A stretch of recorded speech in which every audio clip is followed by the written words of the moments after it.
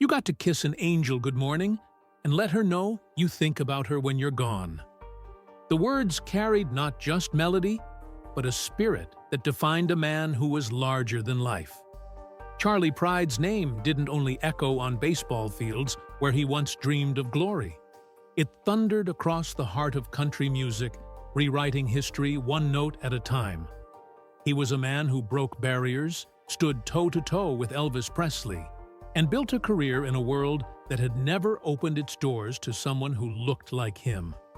But behind the applause and the flashing lights, Charley carried a weight most fans never knew existed.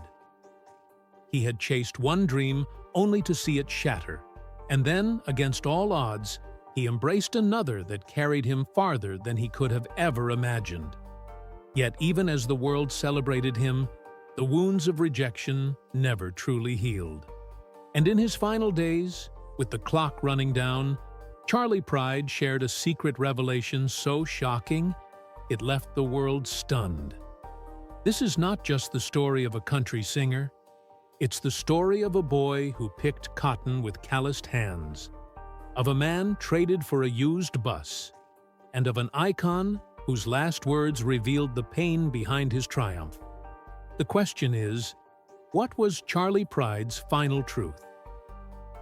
Charley Frank Pride was born on March 18, 1938, the fourth of 11 children to sharecroppers Tessie and Fowler MacArthur Pride in Sledge, Mississippi. His father had chosen the name Charles, but the midwife accidentally wrote Charley on the birth certificate, and that small mistake stuck with him forever. Growing up in poverty during the harsh days of segregation, Charley's world was filled with back-breaking labor in the cotton fields, blistered hands, and endless heat. Yet even as he dragged a sack of cotton through endless rows, his mind wandered somewhere far beyond the dirt. Young Charley dreamed of freedom, of traveling the world, of soaring high above the struggles of his parents. He wanted more, much more. And the dream that consumed him wasn't music. It was baseball. From the first moment he picked up a ball and stepped onto a field, he felt alive. The game called to him like nothing else could, and every pitch, every swing, every roar of a small-town crowd made him believe his destiny was on that diamond. Still, there was another love pulling at him in quiet moments, a love he didn't yet understand. When the day's work was done, Charley huddled by the family's Philco radio, listening to the voices of country singers floating through the night air. He heard Hank Williams, Roy Acuff, and the Grand Ole Opry, and something about that music touched his soul. He couldn't shake it. By the time he was 14, he had saved every penny he could from picking cotton to buy a silver-toned guitar from Sears and Roebuck. He taught himself to play, strumming under the Mississippi stars, singing softly to his family with a voice that already carried a raw power. But even then, as much as music soothed him, baseball still had the tighter grip. Charley wanted the majors, not the stage lights. So at just 16, with his parents' blessing, he left school after the 11th grade and chased his dream of professional baseball. In 1952, he joined the Memphis Red Sox of the Negro American League as a pitcher.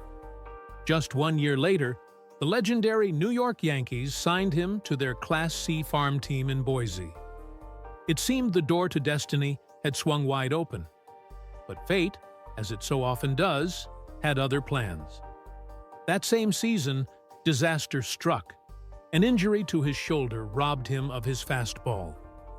The fire on his pitches dimmed, and suddenly, the dream he had built his life upon was slipping away. Charley's injury left him sidelined, but he refused to give up. Doctors and scouts believed there was still something left in him, so the Yankees reassigned him to their Class D team in Fond du Lac, Wisconsin. But reality was cruel. His shoulder wasn't the same, and soon he was let go. For a while, he drifted, clinging desperately to the game that had once seemed destined to crown him. He picked up where he could, playing again with the Louisville Clippers in the Negro Leagues. But then came a moment that would scar him for life. Charley and his teammate Jesse Mitchell were traded, not for another player, not even for money, but for a used team bus. The humiliation cut deep. To be valued less than a piece of machinery felt like the world had spit in his face.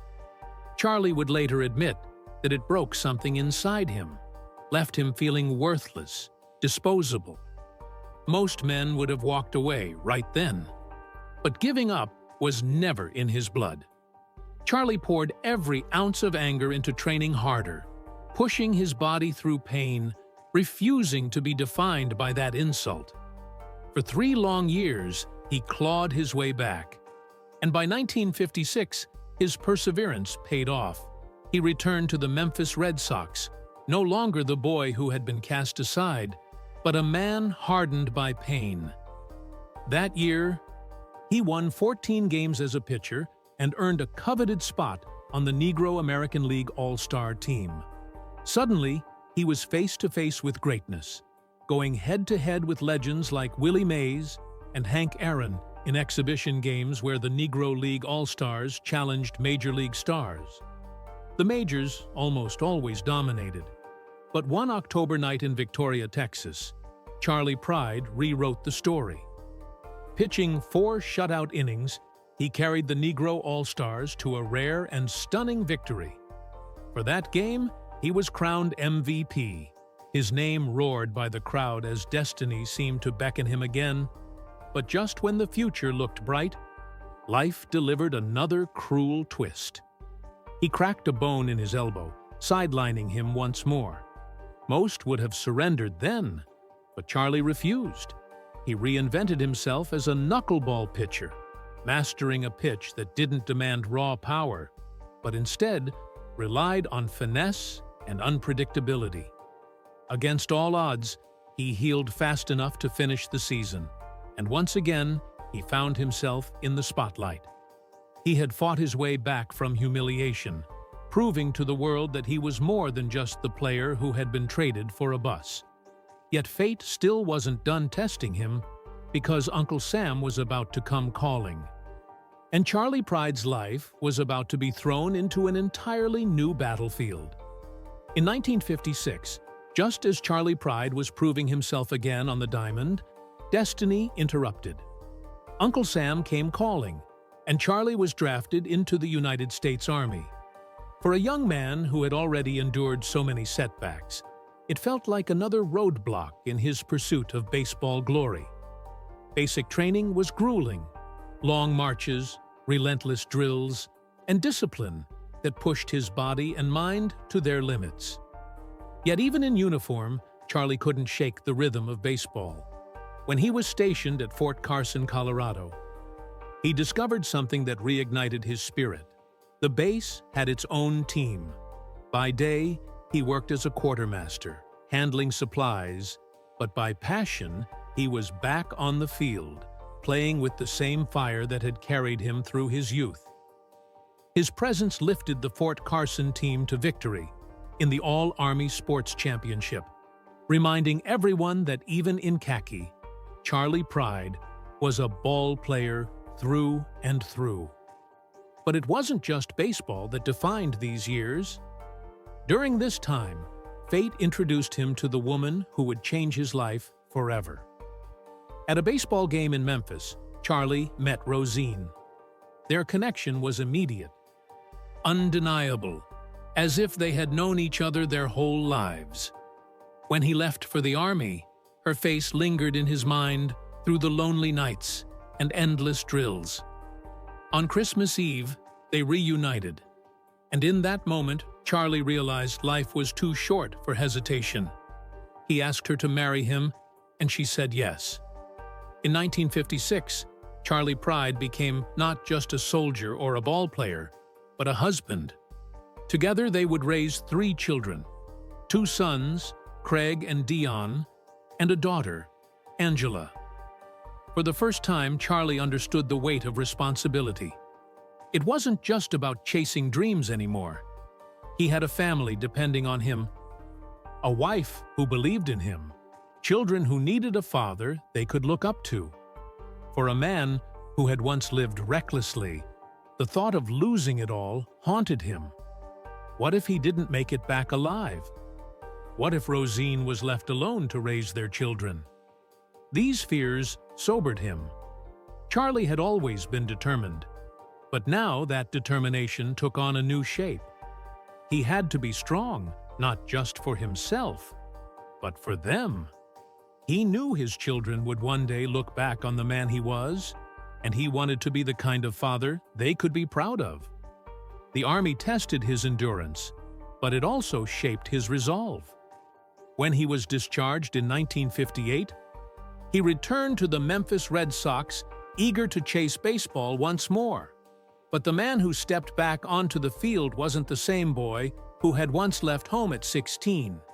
He was older, wiser, carrying the weight of responsibility on his shoulders. And though he was determined to win again, the old injuries that haunted his arm were waiting, ready to test him once more. When Charley returned to the Memphis Red Sox in 1958, he carried both hope and fear. He wanted desperately to reclaim his spot as a pitcher, but the past wouldn't let go. His shoulder, once full of fire, betrayed him again. And the powerful pitches that once made scouts take notice were now shadows of what they used to be. Yet Charley refused to walk away. If he couldn't pitch like before, then he would swing a bat. In 1960, he managed to play a handful of games with the Missoula Timberjacks in the Pioneer League. But once again, the old injury surfaced, raising doubts in the minds of coaches and directors. They questioned whether his body could hold up under the weight of a full season. Before long, he was let go. Most men would have gone home broken, admitting defeat after so many years of disappointment. But Charley was not most men. He packed his dreams and moved to Helena, Montana, chasing one last chance to keep the game alive. By day, he worked construction, pounding nails into wood and pushing his body through the grind. By night, his thoughts drifted back to baseball, the game that refused to release its grip on him. He was recruited by a semi-pro team, the East Helena Smelterites, and soon found himself not only on the roster, but also working at the Asarco lead smelter. This wasn't just any factory job. It was designed for ball players. 18 spots were kept open just for men who could play. Their shifts arranged so they could work by day and take the field by night. For Charley, it was heaven. No glory, no big league spotlight, just the simple joy of the game he loved. He pitched, he batted, he played outfield if they needed him. He wasn't chasing contracts anymore. He was playing for the pure love of it. In 1961, the dream seemed to flicker alive again when the Los Angeles Angels invited him to spring training. For 2 weeks, Charley lived like a major leaguer, but the opportunity slipped away when he was cut. A year later, the New York Mets gave him another chance. Once again, he tried out. Once again, he failed to make the team. The truth was impossible to ignore. His shoulder, scarred by years of injuries, would never let him rise to the big leagues. For the first time, Charley began to accept that his boyhood dream was slipping away for good. But he wasn't ready to let go completely. As long as there was a ball in his hand, as long as there was a field to play on, he would keep showing up. He told himself, as long as I can play, that's enough. He didn't yet realize that destiny was quietly preparing a new path, one that would reveal itself in the most unexpected way, a way that had nothing to do with throwing a pitch, but everything to do with finding his true voice. It was supposed to be just another small-town ball game in Helena, Montana. Charley Pride showed up like he always did, dressed for the East Helena Smelterites. ready to play the sport that had defined his life. But that afternoon, fate had a different plan. The man scheduled to sing the national anthem never showed, and the crowd grew restless. Coaches and players looked around, unsure of what to do. Then someone asked a simple question. "Does anybody here know how to sing?" Without hesitation, Charley raised his hand. He walked out to the center of the field, not with a bat or glove, but with nothing more than his voice. As he began to sing, the stadium fell silent. His deep, smooth baritone rolled through the air, commanding attention in a way that no fastball ever had.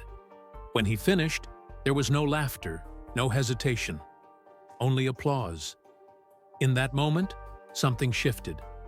Charley didn't know it yet, but the anthem he sang on a whim had cracked open a brand new door. His teammates already knew he had a gift. They had heard him humming at work, his voice carrying above the roar of the smelter. They had heard him sing while covered in sweat and dust, transforming danger and exhaustion into something almost heavenly.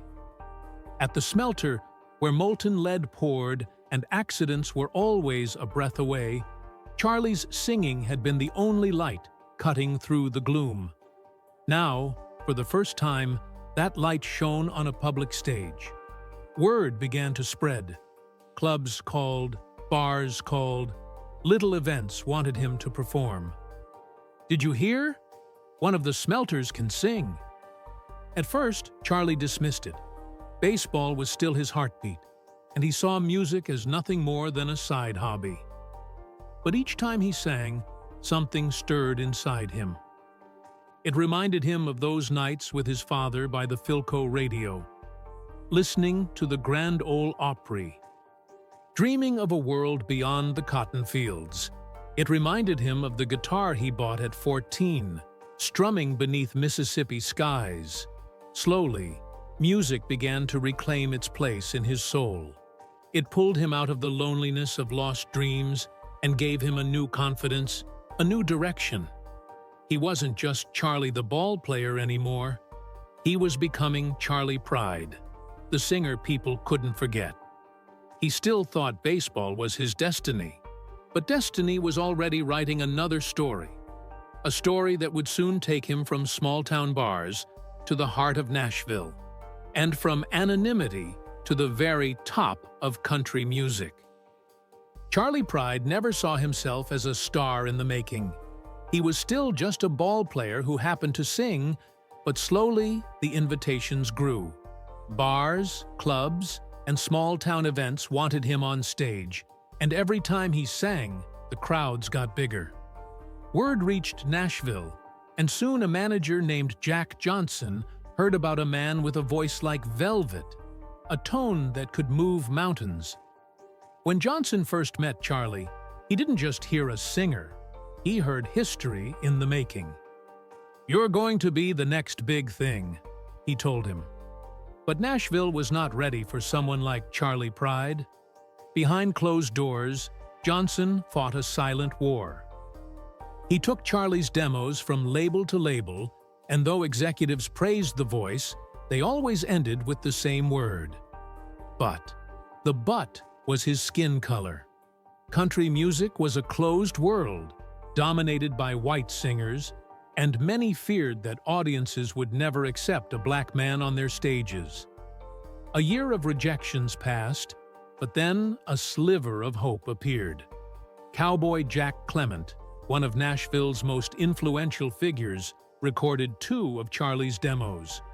Those tapes made their way into the hands of RCA's Chet Atkins, a man who had built legends. Atkins pressed play, listened to the baritone that filled the room, and said words that would change music history. "This man's color does not matter." In 1966, Charley Pride signed with RCA Records, but the gamble was enormous. RCA feared for his safety, feared public backlash, feared the industry wasn't ready. So they devised a strategy. They released his first singles without a photo. No one knew the man behind the voice was black. His first single, The Snakes Crawl at Night, failed. The second, Before I Met You, missed again. But the third song, Just Between You and Me, finally cracked the charts, climbing to number 9 on Billboard's country list. Suddenly, Charley Pride had broken through. But the real test was still ahead, facing a live audience who had no idea who he was. In Detroit's Olympia Stadium, 10,000 country fans waited to see a new star. When Charley walked out, the cheers froze into silence. The crowd had not expected to see a black man with a guitar in hand. Charley knew this moment could destroy everything. So he smiled and said, "Friends, I realize it's a little unique, me coming out here with a permanent suntan to sing country and western for you, but that's the way it is." Laughter rippled, the ice melted, and when he began to sing, no one cared what color he was. By the time he finished, he had won their hearts, not with fists or anger, but with music, courage, and grace. Charley Pride had kicked down the door Nashville tried to keep locked, and from that night forward, he was no longer just a singer. He was a pioneer rewriting the rules of country music. Once the barriers were broken, there was no stopping Charley Pride. By 1967, he was on the Grand Ole Opry stage, the first black performer to appear there since harmonica player DeFord Bailey in 1941.